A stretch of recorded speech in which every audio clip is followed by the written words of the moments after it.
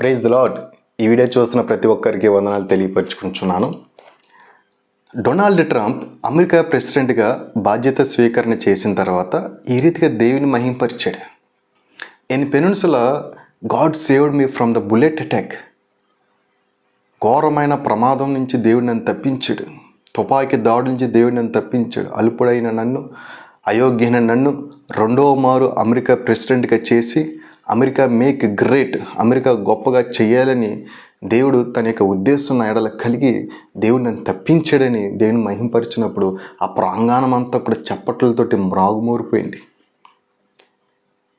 America అగ్రరాజ్యం ప్రపంచ దేశం అంతటిలో. ఆ యొక్క ప్రెసిడెంట్ దేవుని గురించి మహింపరుస్తున్నప్పుడు నలుదిశల్లో ఉన్నవారు అందరూ కూడా ఈ మాట విని దేవుని మహింపరిచారు. సువార్త వెళ్ళిపోయింది తెలియని రీతిగానే.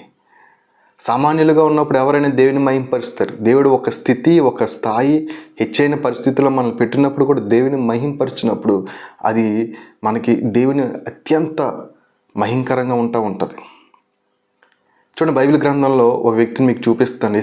ఎస్తేరు గ్రంథం 2వ అధ్యాయం 20వ వచనంలో మనం చూసినట్లయితే, ఎస్తేరు మొర్దెకై యొక్క పోషణమందున్న కాలమున చేసినట్టుగానే ఇప్పుడును అతని మాటకు ఆమె లోబడిచుండెను.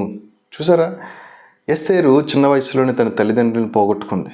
పిన్న వయసులో నుండి మొర్దెకై చేత పోషించబడింది.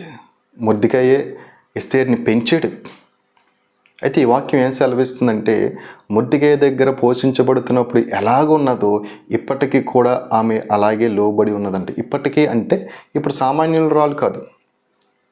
ఇప్పుడు మొర్దెకై యొక్క చేత పోషించబడటం లేదు. ఇప్పుడు ఎలా ఉన్నదంటే అహిస్వేరోషు రాజుకి రాణిగా ఉన్నది, అహిస్వేరోషు రాజుకి భార్యగా ఉన్నది. 127 ఆస్థానములకి మహారాణి, షూషాను కోటలో మహారాణి. ఇంత హెచ్చైన స్థితిలో ఉన్నప్పటికీ కూడా మొర్దెకైకి లోబడే ఉన్నదంట. మొర్దెకై ఒక సామాన్యుడు, ఎస్తేరు ఇప్పుడు మహారాణి అయినప్పటికీ కూడా మొర్దెకైకి లోబడి ఉన్నదంట. మనం దేవుడు హెచ్చించినప్పుడు మన మూలాలు మర్చిపోకూడదు. మన ఏ పరిస్థితుల నుంచి దేవుడు హెచ్చించాడో అన్నది మనం మర్చిపోకూడదు. నాకు తెలిసిన కొంతమంది ఫ్రెండ్స్ ఉన్నారు, దేవుడు వాళ్ళని హెచ్చించి గవర్నమెంట్ స్థాయిలో పెడితే ఇప్పుడు వారు దేవుడి పేరు చెప్పుకోవటానికి కూడా సంకోచిస్తున్నారు, సిగ్గుపడుతున్నారు. They feel ashamed to reveal the God name.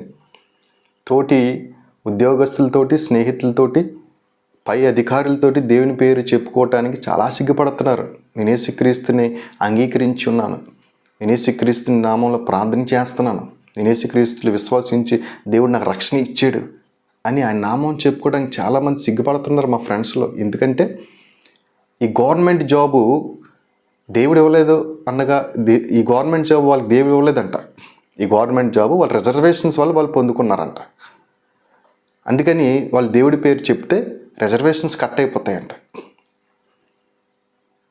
దేవుడి పేరు చెప్తే ఆ దేవుడి పేరు రిజర్వేషన్ ఒకలా ఉంటుంది, వీళ్ళు పెట్టుకున్న రిజర్వేషన్ ఇంకోలాగా ఉన్నాయంట. అందుకని దేవుడి పేరు చెప్తే వీళ్ళకున్న రిజర్వేషన్స్ ఇక బెనిఫిట్స్ కట్ అయిపోయి జాబ్ కూడా చాలా అపాయం కలుగుతుందంట. అందుకని దేవుడి పేరు చెప్పటం లేదు.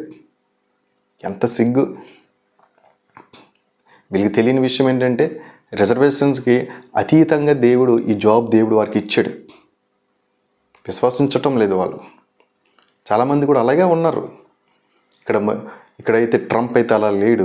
ప్రమాణ బాధ్యతలు స్వీకరణ చేసిన తర్వాత నేను ఈ పరిస్థితుల్లో ఉండడానికి కారణం దేవుడే అని మహింపరిచాడు. అందుకని దావీదు కీర్తన రీతిగా ప్రార్థన చేస్తున్నాడు. 119 దావీదు కీర్తన 66లో, నీ ఆజ్ఞలందు యెహోవా, నీ ఆజ్ఞలందు నేను నమ్మిక ఉంచున్నాను, నాకు మంచి జ్ఞానమును మంచి వివేచనను నేర్పించి ప్రభువును ప్రార్థన చేస్తున్నాడు. మనం కూడా దేవుని సన్నిధానంలో, ప్రభువా నీ కృపను బట్టే ఈ స్థితిలో ఉన్నాను, ప్రభువా నాకు ఇంకా మంచి జ్ఞానము మంచి వివేచన నేర్పించు ప్రభువా అని మనం అడగాలి. ఎందుకంటే స్థాయి పెరిగి కోల్ది కూడా మన హృదయం ఘోరమైన మోసకరమైనది కాబట్టి మనల్ని మోసపరుస్తుంది. అది తద్వారా దేవుని నామానికి మనం దూరం అయిపోతూ ఉంటాం. అలా కాకుండా మనం మంచి జ్ఞానం అని మంచి వివేచన ప్రభువును ప్రార్థన చేయాలి. చూడండి, ఒక మాట చెప్పి ముగిస్తాను. ప్రకటన గ్రంథంలో 2వ అధ్యాయము 6వ వచనము 4వ లైన్లో ఏముంటుందంటే కనుక, యేసుక్రీస్తు ఫలంగా మనం కూడా రాజ్యము ఏలుబడి చేస్తామంట. మనమందరం కూడా రక్షణ పొందిన మనము, నీతిమంతులైన మనము, లోకం నుంచి వేరైపోయిన మనము దేవుడు మనల్ని మధ్యాకాశంలో కలుసుకుంటాడు. దాన్ని ఎత్తబడుట లేకపోతే రెప్చూర్ అంటూ ఉంటారు. గొర్రెపిల్ల వివాహోత్సవం కూడా అంటూ ఉంటారు, లేదా రహస్య రాకడ కూడా అంటూ ఉంటారు. ఎవరైతే రక్షణని దేవుడిచ్చిన ఆయన కృప వలన ఉచితంగా ఇచ్చిన రక్షణ చివరి వరకు కాపాడుకుంటారో వారు దేవుడు ఏం చేస్తారంటే కనుక వాళ్ళని మధ్యాకాశంలో కలుసుకొని వాళ్ళని 1000 సంవత్సరాలు రాజ్యం ఏలుబడి చేసేలాగా దేవుడు వాళ్ళని పట్ల కృప చూపిస్తాడండి. ఆ ప్రణాళిక దేవుడు మన మీద ఉన్నది.